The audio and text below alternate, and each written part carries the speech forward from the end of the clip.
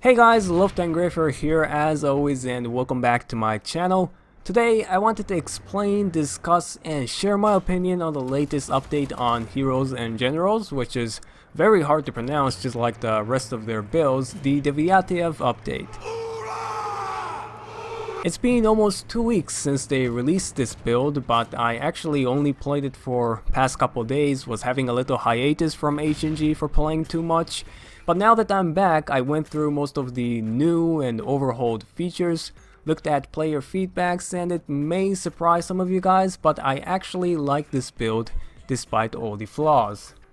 So let's first get rid of minor stuff aside so we can start talking about squad, beginning from the T-20 Komsomolets.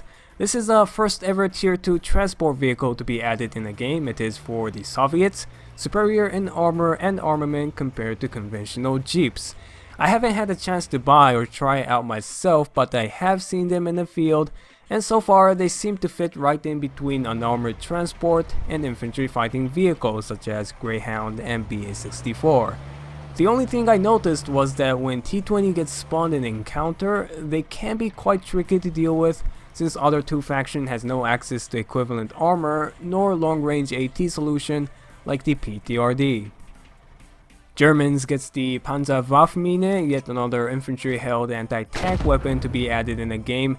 It works similar to the Russian RPG-43 or the RKG, and I believe it has slightly more range and longer traveling time over distance. Each faction gets a new set of camouflage, nothing new here, and there has also been changes done to particle effects when firing as well as bullet impact, resulting in a large performance boost. Now, there were other minor shenanigans added and changed with the Devyatayev update, but let's start talking about Squad 2.0. To explain in short and by Rito's definition, Squad 2.0 is a system which actively supports and improves tactical team play in an action game. With this brand new system, we can expect more cooperation, teamwork, and less lone wolves and tree fairies even in a totally random game. And Rito has certainly succeeded on this to some degree. I saw more teamwork, communication, and functioning line of command in these few days than past 2 or 3 years of playing this game. To give you guys more detail about squad system, we can now customize our squad, name it, add members, add auxiliary slot, which I'll explain to you guys later, and if you can't find any friends to squad with, you'll be automatically assigned one once you join the game.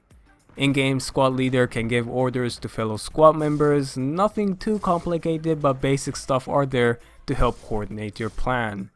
Now, we did used to be able to do this, at least attack and defend orders with the use of binoculars, but the key difference is that all squad members will be awarded with credits and experience for following orders. When there's incentives, players, even random players, will actively follow squad lead's command.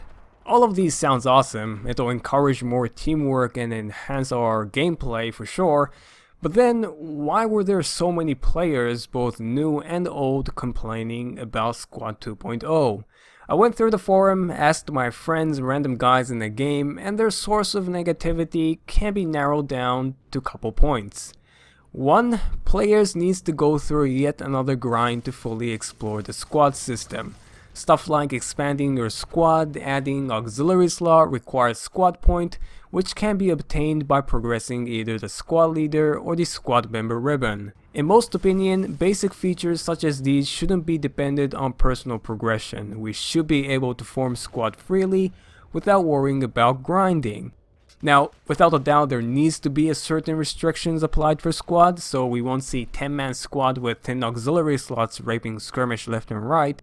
And Squad Point does a good job to maintain this balance. However, instead of adding a brand new ribbon, which we already have plenty, Squad Points could have been easily given through Soldier Rank ribbon, just like the command points. Higher your rank is, more option for your squad. It makes sense.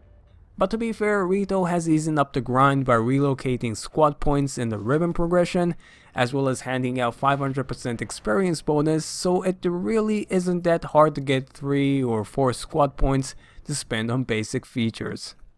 Next up, we have the auxiliary slot, probably the most hated feature for this update. Before Devyatayev, players used to be able to freely change their soldier class as long as there were enough space and resources. If you enter the game as tanker, you could always switch to infantry to help your team defend the point. However, this is not the case anymore. If you join as infantry, you play as infantry for that entire game. Same goes for recon, pilots, and every other classes.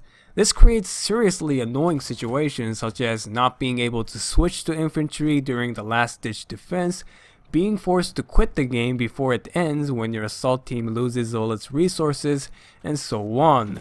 This can be avoided by using the auxiliary slot, which will allow one of your squad members to switch to that particular class one at a time.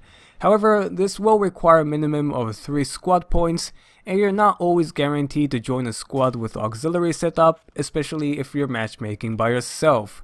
There were a lot of good proposals on the forum. I have my own as well, but it's almost 100% confirmed that Rito will add some sort of free or less costly auxiliary slot in the near future. Only concern I have is for the randomized squad. We currently can't customize squad unless we invite friends, and I think this should and can be reconsidered to help out lonely players like me with very few friends.